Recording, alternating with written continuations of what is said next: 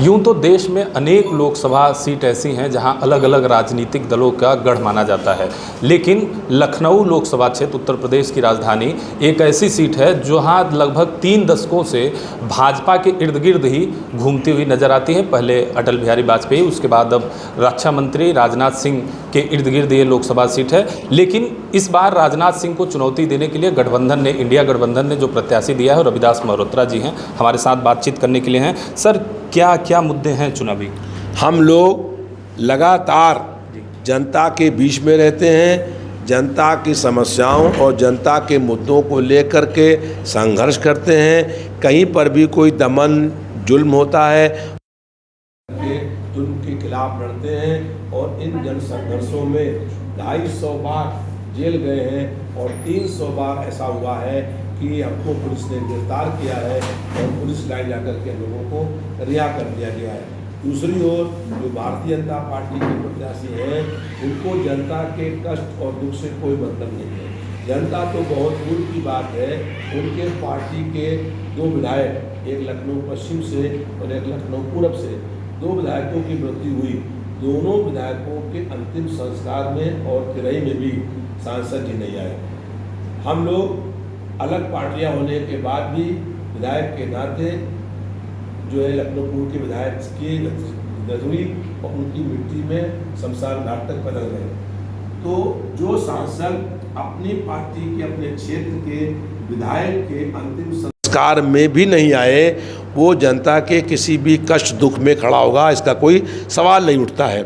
हमारी लखनऊ के सांसद महोदय को कि वो किसी भी चैनल पर या सब चैनलों पर आमने सामने बैठे और जनता लाइव देखे।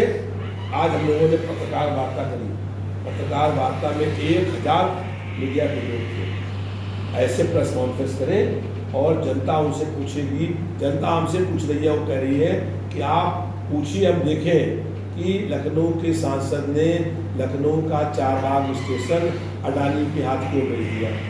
लखनऊ के सांसद ने लखनऊ का एयरपोर्ट अडानी के हाथ भेज दिया। लखनऊ में HAL कंपनी जो है, HAL रक्षा मंत्री कंपनी, वो रक्षा मंत्रालय की कंपनी को रक्षा मंत्री ने बेचने का काम कर दिया। यहाँ NBRI की बिल्डिंग थी, उस बिल्डिंग को क्यों बेच दिया। पूरा लखनऊ अगर जीत जाएंगे तो अब की बेचने का काम कर देंगे।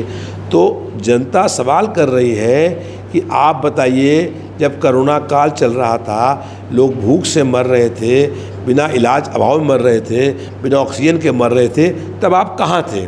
दिखाइए एक फ़ोटो और डिबेट करिए आमने सामने। पत्रकार लखनऊ के बुला लीजिए, पत्रकार आप बुलाइए और हम सवाल करें, आप जवाब दीजिए, आप सवाल करें, हम जवाब दें, जनता अपने आप फैसला कर देगी। आपका कहना है कि उन्होंने काम नहीं किया है, लेकिन रिपोर्ट कार्ड देने का जो प्रचलन है वो तो भाजपा ने हिलाया और सब उनके सांसद, मंत्री सब रिपोर्ट कार्ड देते हैं। उसमें राजनाथ सिंह जिन्होंने बताया हमने क्या काम किया। हम सबकी बात ही नहीं कर रहे हैं, हम तो लखनऊ की बात कर रहे हैं कि लखनऊ के सांसद ने कोई काम नहीं किया। 10 साल में कहाँ बनाया आउटर रिंग रोड? जो आउटर रिंग रोड पहले बनी 10 साल पहले, वो टूट गई और अधूरी टूटी हुई आउटर रिंग रोड का जल्दबाजी में उद्घाटन करने का काम किया है। पूरा काम नहीं हुआ है, लेकिन हम लोग इसको फिर से पूरा ठीक करा करके फिर से 6 महीने के अंदर बहुत बढ़िया शानदार काम करेंगे। हमने गोमती नदी को साफ़ कराया, हज़ारों टन मलबा निकला गोमती से और गोमती नदी का हो गया कि लोगों ने वही इलाज भर के पानी, पूरा लखनऊ शहर वही गोमती का पानी पीता है, जहाँ पर फिर 7 साल से कोई सफाई नहीं हुई है और सांसद महोदय ने सफाई कराने के संबंध में कोई कार्रवाई नहीं करी है।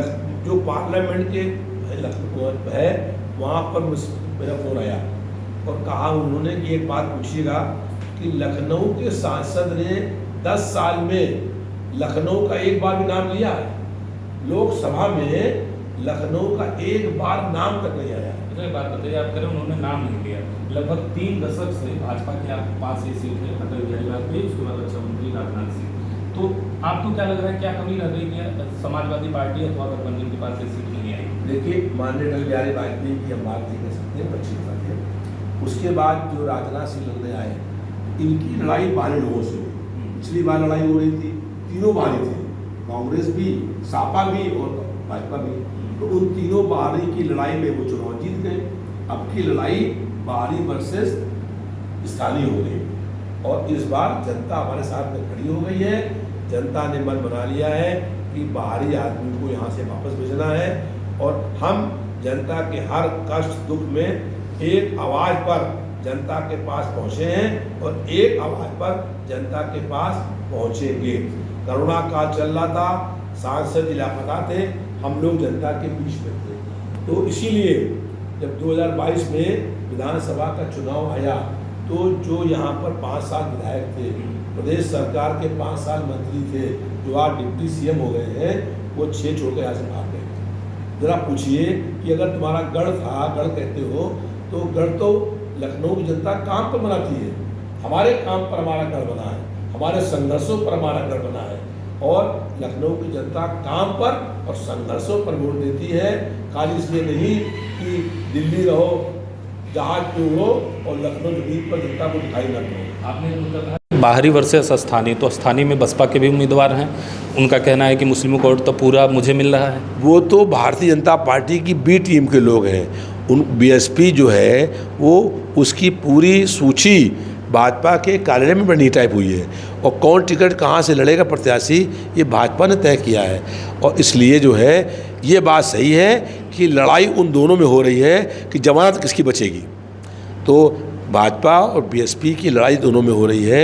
उनका कहना सही है, लड़ाई हमारी दोनों में हो रही है, तो जमानत बचाने की लड़ाई दोनों लड़ रहे हैं। लखनऊ की जनता से क्या कहना चाहेंगे? लखनऊ की जनता से अपील है कि 20 मई को भारी मतदान करें और जो लोगों ने आपको कभी दिखाई नहीं पड़े हैं 5 साल 10 साल तक, जिन्हें कभी आप देख नहीं पाए हैं, जिन्होंने कभी आपसे वोट भी नहीं मांगा है, उनके जगह पर हमको वोट दें और इंडिया की सरकार बनाएं।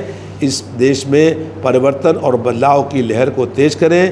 पूरे देश में इंकलाब हो गया है, इंडिया की सरकार बन रही है, इस सरकार बनाने में अपना सहयोग करें। हम लोग सड़क से लेकर के विधानसभा तक संघर्ष करने का काम करते रहे हैं और सड़क से लेकर लोकसभा तक लखनऊ की आवाज़ बुलंद करने का काम करते रहेंगे। ठीक है सर, तो ये थे इंडिया गठबंधन के प्रत्याशी रविदास मल्होत्रा जी, जिनका कहना है कि पूरे देश में इंकलाब हो गया है और इस बार लखनऊ की अगर खास तौर पे बात करें तो यहाँ बाहरी वर्सेस स्थानीय का मुद्दा जोरों पर है। Mangla Tiwari, PTC news, Lucknow.